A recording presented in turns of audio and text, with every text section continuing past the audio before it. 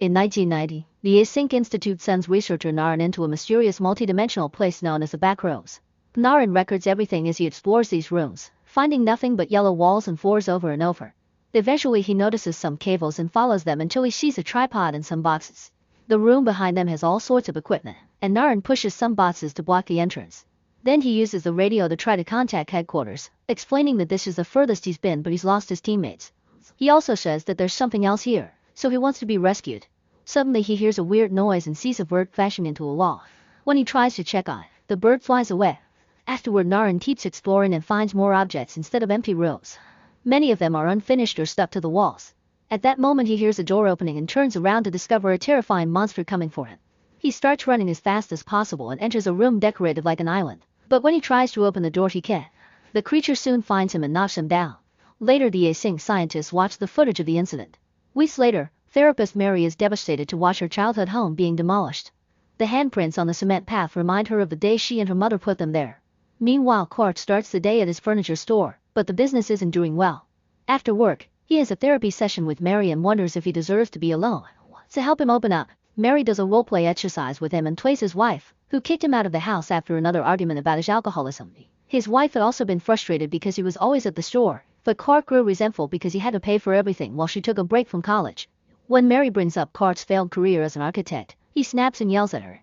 Mary ends the exercise and explains his reaction is normal. This test is to help him identify those feelings to learn to work on them. Sometime later, Clark dresses as a pirate to film a commercial for the store, promoting very big sales. Unfortunately, when he sits on a chair, its leg breaks and he falls. His assistant manager Kat and her boyfriend Bobby want to do another take but Clark refuses for now. In the afternoon, Clark brings an electrician to the store to check on some power issues. The building has had flickering lights and outages for months yet the bill remains strangely high. When the electrician checks the fuse box in the basement, they discover 3 strange red switches that Clark swears went there before. They press them a few times but nothing happens. That night, Mary watches TV at home and has to endure the ad for her own therapy tapes. She also keeps glancing at the cement handprint she took from the house. At the same time Clark is drinking and watching TV in the store, where he's been living since his wife kicked him out. Suddenly the TV shuts off so Clark inspects it, but he can't find the cause. Then the store lights turn on by themselves and flicker for a few seconds before they turn off. Lonely and frustrated, Clark goes for a drive while listening to Mary's tapes. He goes to his old house just to stare at it. Sometime later Mary hosts a party for her family but she still hasn't processed the death of her mother and soon she starts feeling very anxious. She rushes to her office and takes some medicine that she keeps hidden in a cabinet. The following night, Clark watches TV again while drinking and is annoyed by a commercial from the competition. Suddenly the screen glitches and shows him the back rooms for a second before it turns off. While Clark hits the TV with frustration, he notices the lights in the basement turning on. He immediately goes downstairs and shuts off every switch, but nothing happens until he reaches the mysterious red ones which shut off the power in the entire building. When he presses them again, the power doesn't return. Clark is ready to leave the basement but he freezes when he notices a glowing line on the wall. As he starts to move closer, it disappears. When he touches the wall, his whole body goes through and collapses on a yellow floor. Now in the back rooms, a confused Clark stares at a pile of furniture. He then touches the wall again and ends up walking through, which throws him back into the basement. Curious, Clark crosses the wall again to return to the back rooms. He touches the furniture and realizes they're the things from his store. Then he starts exploring, only seeing empty rooms until he finds a stop sign written with mirrored letters. To avoid it, he takes a different hallway and notices the bird from the beginning dead on the floor.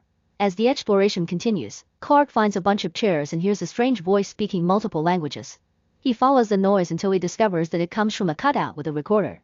Following the cables on its back takes Clark to a door, but he can't open it. On his way out he notices something sticking out of the wall and realizes it's a panel, so he pulls it off. Inside he finds a bag containing tapes, discs, and Naren's ID. There's also a tunnel, so Clark crawls through it until he reaches a room where things are sinking into the floor. In a hole, there's a bunch of chairs. Suddenly he hears a strange noise, so he looks through the tunnel at the previous room and asks if there's anyone there. The tape stops playing and the cutout is thrown into the room in pieces. Getting scared, Clark walks away from the hole and approaches a small door on top of the slope. It has 3 knobs and Clark has to try them all to open it. The frame is barely big enough for Clark to cross it, and he closes the door when he reaches the next room, feeling like something is following him. Here he finds the stop sign again, so he's able to retrace his steps back to the pile of furniture. When he touches the wall, he can't find the exit and panics, but thankfully after lots of testing he finally manages to cross through. After a few seconds he comes back to the back rooms and grabs a stool to take with him to the real world as proof that this really happened. Meanwhile Async researchers Phil watches the footage of Clark's adventure. During his next therapy session, Clark tells Mary that he hasn't drunk in 3 days and desperately shares what happened, even showing her a map he drew of the back rows. Mary doesn't believe him and thinks it's a side effect of withdrawal, so Clark takes back the map and swears to prove his story. Afterward, Clark visits Kat and Bobby, saying he needs help with the project and even agreeing to pay them. The next day, Clark takes the duo to the basement and makes Bobby film everything. After putting some supplies in a bag and marking the spot on the wall, he quickly goes through it, leaving the others in shock. They can hear Clark's voice on the other side asking them to cross too, but Kat refuses because she thinks it's dangerous. Bobby is curious, so he follows Clark and gets so excited at the sight of the back rooms that he convinces Kat to come too. They start exploring the area and Bobby makes sure to put every room on camera. When they find a dark tunnel, Clark ties Bobby to a bed before sending him down. The tunnel gets narrower as he moves, so Bobby starts crawling to reach the room at the end. There are piles of laundry everywhere and a really nasty smell. In the neighboring room, Bobby notices flickering lights. He wants to check the place out, but the rope isn't long enough for him to reach it. Suddenly, a terrifying creature appears in that other room and Bobby immediately starts climbing up the tunnel, telling his friends to pull him up. When he reunites with them, he tells them what he saw but is interrupted by the rope trying to pull him back into the tunnel. Kat catches Bobby and Clark tries to untie the knot. However, the rope keeps pulling with impressive strength and Bobby is soon dragged down the tunnel. Clark and Kat hear monstrous sounds and Bobby screaming down there before the rope pulls again to hit them with the bed. It drags them down the tunnel with the camera and they watch in horror as Bobby disappears behind a hatch, leaving a trail of blood on the floor. Kat immediately runs into the dark room to look for her boyfriend and Clark hears her scream before the hatch opens again. The creature seems to be coming back, so Clark escapes by going through a hole in the wall. Still carrying a camera, he moves through a lot of trash until he finds a new hole which he uses to come out into a new area that is white instead of yellow. Hearing noises behind him, Clark opens a door and finds the yellow room with the laundry piles. He calls for Kat as he walks, noticing another room with lots of chairs, sinking couches, and a crutch. A corridor takes him to a room with children's toys followed by several empty rooms. Clark opens the first door he sees and rushes through it, only to find a Christmas tree playing music and surrounded by mannequins sinking into the floor. Behind the tree, Clark finds a person on a chair and says hello. This person turns on a lamp and reveals he's missing half his body. Then a deformed woman appears in the room and comes after him, so Clark starts running. As he crosses different areas, he sees more Christmas decorations in the front of a house. When he goes through the door, he ends up in a bathroom. After slipping on some water, Clark keeps moving and finds some pools. At that moment he hears Kat behind the wall, so he puts the camera down and tries to find a way to help her.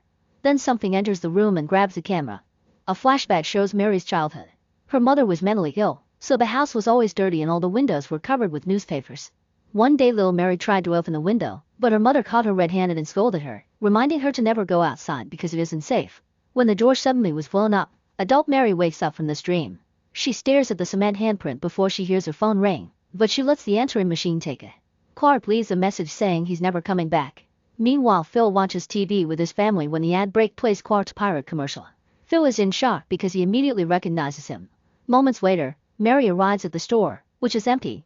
There are many envelopes under the door, suggesting nobody has been here for days. She goes inside and calls for Clark to no avail. When she notices the basement lights flickering, she goes downstairs and finds a board with the map he showed her. She also notices the marks on the wall and is shocked to watch a fly disappear into it. After some hesitation, Mary touches the wall and gathers her bravery to cross it. In the back rooms, Mary doesn't find the furniture, only empty rooms and the stop sign. She starts searching the area and eventually she discovers some stuff from her childhood home. In the next corridor there's a pile of chairs and a disturbing drawing on the wall that shows a terrifying monster killing humans. Some notes indicate the artist was trying to figure this place out. At that moment she hears a noise and turns around to see someone hiding in a passage. Clark tells her that she's being too loud before he shows himself, saying that this is every place that ever was. Their chat is interrupted by a noise and flickering lights, so Clark tells Mary not to worry because it's just him. Suddenly he wraps his arm around her neck and apologizes as he chokes her, claiming it's for her own good. Another flashback shows little Mary watching her mother being taken away to a mental hospital, which left her alone at home. This memory starts transforming as her house loses objects and details, little by little becoming just one more area in the back rooms. Then Mary wakes up tied to a chair in a dining room, where Clark is setting up a table while surrounded by 3 strange-looking people. He says this is a mess but kind of beautiful. He also explains that everything here is built by the back rooms based on the visitors' memories. The more they rebuild them, the more distorted they become. Clark thinks they're an improvement of the original because they can't feel pain, which he proves by stabbing a man. According to Clark, feeling no fear or regrets and only existing like furniture must be amazing.